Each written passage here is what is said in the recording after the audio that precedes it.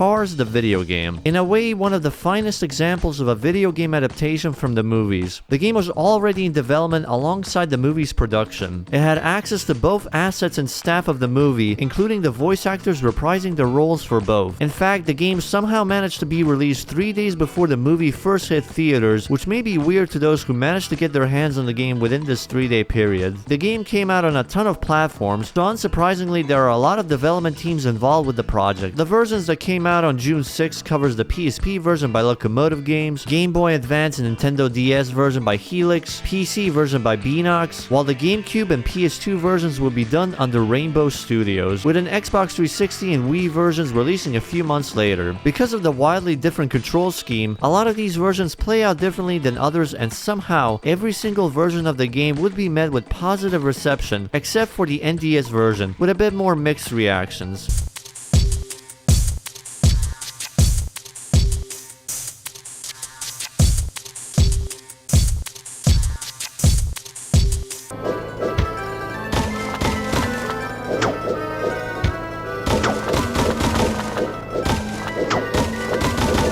Now, I am aware there's other game adaptations in the series, but we'll focus on the first one. The focus will also be on the so-called default version, which are made for PC and PS2. We follow the story of Lightning McQueen in both, voiced by Owen Wilson. In fact, every single voice actor from the movie reprised their roles for the game. Hey, guys, what can I say? Winning's my destiny. Mater is still voiced by Larry the Cable Guy, and Paul Newman as Doc Hudson, and etc. In the movie, its focus was towards showing the world populated by sentient cars, the stakes of the Piston Cup, and evolving McQueen's character as he went from this somewhat high and mighty race car to being forced into a situation where he finally accepts humility. In the words of kids nowadays, he got humbled. Rage! I hate it!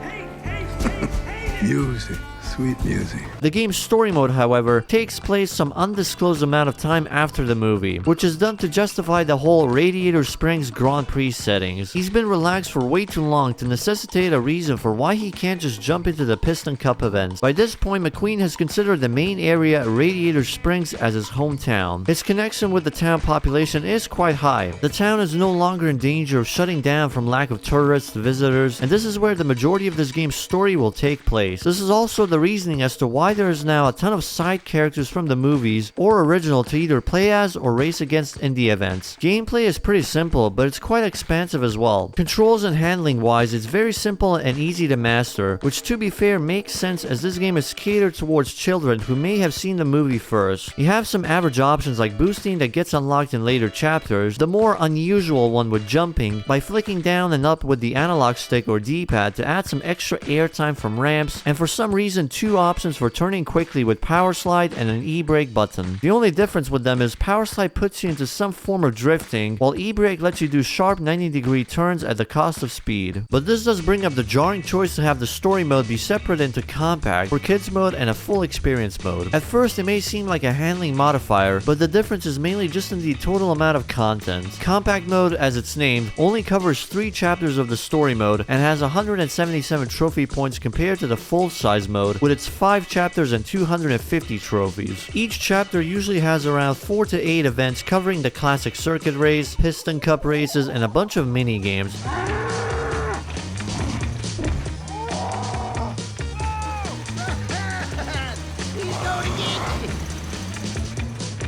Each unlocked from progression based on earned trophies from pretty much every accessible event. Some races will be way too quick, while some take way too long, which wouldn't be such a problem if the opponents aren't so easy to deal with. At the start, this game seems to not really pose much of a challenge. I mean, why would they, since this game should be catered to the children watching the movies? But that's when the trap sets in, as later opponents can be pretty challenging to race against in fair way. The best part about this is the lack of any rubber band mechanics means tough opponents are designed to be beaten via other mechanics like the shortcuts, and weaker opponents tend to not really pose any risk unless you decide to be fancy and kiss the wall. The Piston Cup races, on the other hand, are the big events that happen once at the end of every chapter. They're way bigger than the regular circuits with 12 laps and 20 cars on track. Because of the longer duration, there's pit stops to accommodate with its own mini-game challenge. This pit stop is kinda weird since it's mandatory due to tire wear, but none of the AI are designed to also take pit stop breaks. In a very weird way to add this feature in, your pit stops, regardless of how how long it takes doesn't really happen in real time. It may seem like it due to the pit entry cutscene, but once you go back out, everyone else is placed exactly as if you never entered the pit in the first place. Additionally, the Piston Cup races are also the only place with any form of rubber band present. It only affects at least 1 to 3 other cars, so the remaining 16 opponents are mostly just on cruise mode, waiting to be lapped several times while McQueen battles it out with 2 random racers and Chick Hicks. While the minigame ranges from actual gameplay content, just not about racing for the most part, like the tractor tipping minigame, Sarge's boot camp, Mater's backwards driving lessons, Sheriff's hot pursuits, and etc. They usually take you to some interesting ideas for what would be considered as a minigame for racing games, but won't stray too far to some absurd ideas. Although some may argue some of these minigames overstay their welcome from the sheer amount of individual levels. The other part of minigames simply activates certain collectibles on the open world map, which you can actually check out to see the full layout of Radiator Springs and where each event is located. Every event in this game, I would argue, is done pretty well to fit into the story and writing of the movie. Most of the pre-existing characters basically act as how they were by the end of it, and they definitely also expanded on the material by giving several side characters a lot more time to shine. Whether they are returning side characters like McQueen's fangirls or new ones like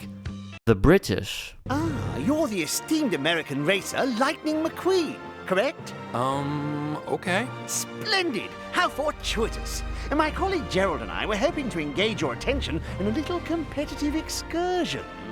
Was that English? Characters aren't the only thing to receive such expansion. While the movie mainly focuses on the main town area of Radiator Springs, the game significantly expands the map with completely new areas, while some areas with few screen time from the movie is turned into a complete environment. They also look distinct enough to have some variety despite having mostly the same sandy background of Radiator Springs. Tons of landmarks to really help with navigation as well, and every part of it will have collectibles in the form of these lightning tokens, with some minigames activating different types of collectibles on specific map areas. Most of them will also be located in places that require some precision with speed, angle, and some mastery of the jumping mechanics. It's a particularly interesting mechanic for its mildly effects on races compared to the benefit from exploration, since they will straight up just let you bypass certain barriers. On that note though, races will usually not have many barriers besides the ones they put at the edges of the tracks, mostly just decorations like rubber cones to dissuade people from corner cutting. If that's not enough, there's also a system to make sure you're not just doing massive cuts based on a timer. Otherwise, there's the Piston Cup races that will take place in closed tracks. To spice things up a bit, sometimes McQueen will be fitted with a monster truck rig for some of the monster truck race events, and you can visit Ramon's paint shop to give our protagonist a shiny new livery. Outside of the story mode, there's arcade mode with every character unlocked, usable for any event done in the story mode, although the opponents will be completely random. Now you might be wondering,